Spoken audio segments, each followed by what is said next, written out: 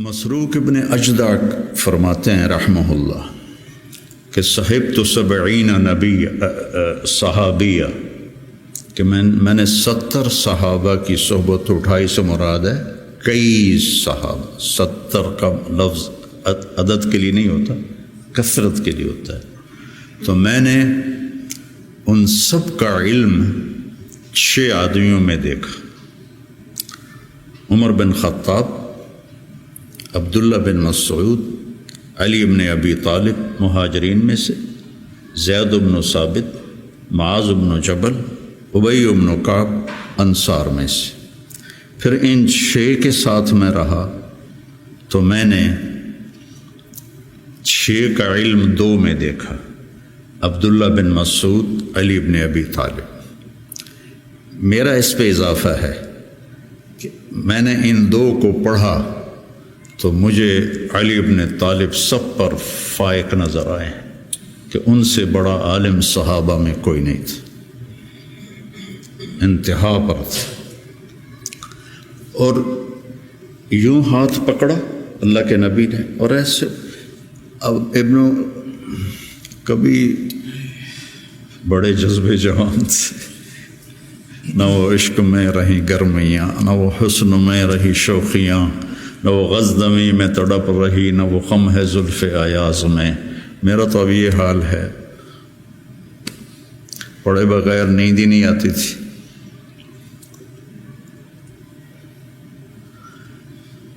سب سے زیادہ حضرت علی کے فضائل ہیں، سب سے زیادہ.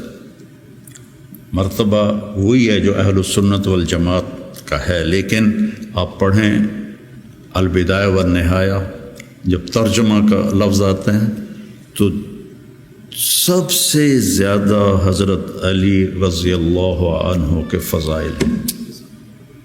اور یہ فضیلت ان کی بڑی بلند و بالا ہے. ایسے ہاتھ پکڑ کے یہاں لگایا، یا علی اطرضى ان یکون منزلک مقابل منزلی فی الجنہ. حضرت فاطمہ کی وجہ سے نا کتنا بڑا مقام ہے.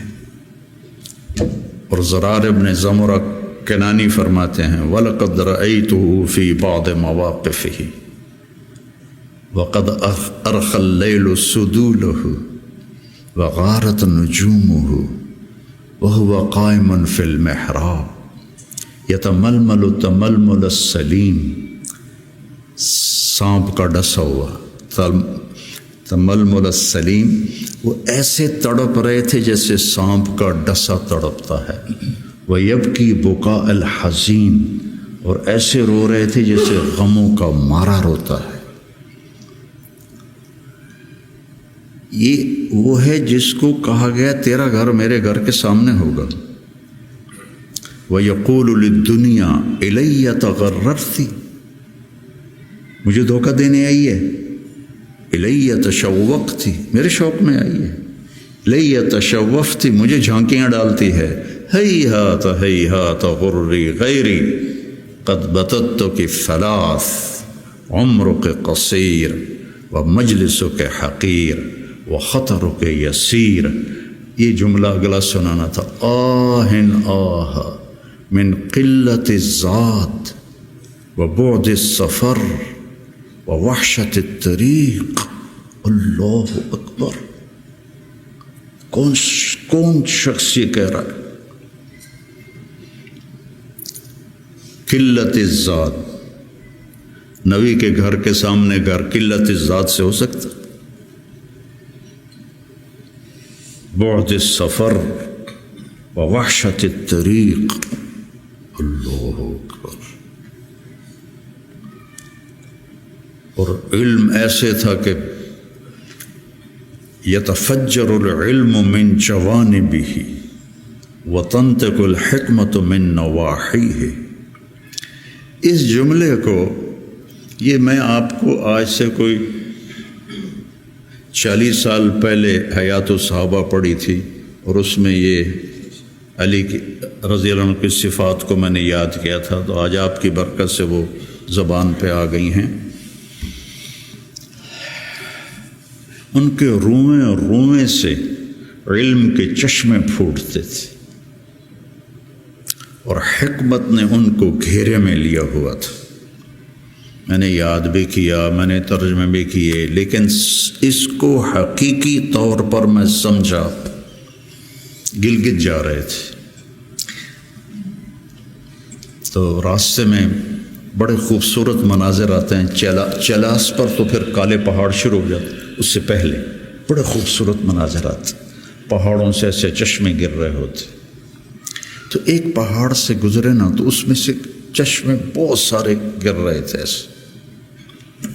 تو ایک دم مجھے یہ جملہ سمجھ میں آیا کہ میں نے گاڑی رکوا لی، میں نے کہا یار وکھن دو، میں ان کو ایسے دیکھ رہا تم یتفجر العلم من جوانبہ، پہاڑ کے پتھروں سے چشمے نکل رہے تھے 15-20، تو انہوں نے پورے پہاڑ کو خوبصورت بنا دیا تھا۔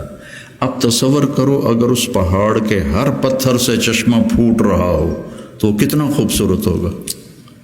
علی کو اس جملے میں پہاڑ دکھایا گیا ہے، اور اس کے ایک ایک پتھر سے علم کے چشمے نکل رہے ہیں، اس کے ایک ایک روئیں سے علم کے چشمے نکل رہے ہیں۔ وہ کیا چیز ہوگی؟ اور حکمت زبان کا بول ہے، من یؤت الحکمت فقد اوتی خیرا کثیرا، اور ان کو حکمت نے چاروں طرف سے گھیرے میں لے لیا ہے۔ صرف ان کی زبان کا فعل نہیں رہا حکمت، بلکہ پورے وجود نے حکمت کا لباس پہن لیا ہے۔ اور پھر وہ کہتے ہیں قلت الذات، بعد السفر، وحشت الطریق۔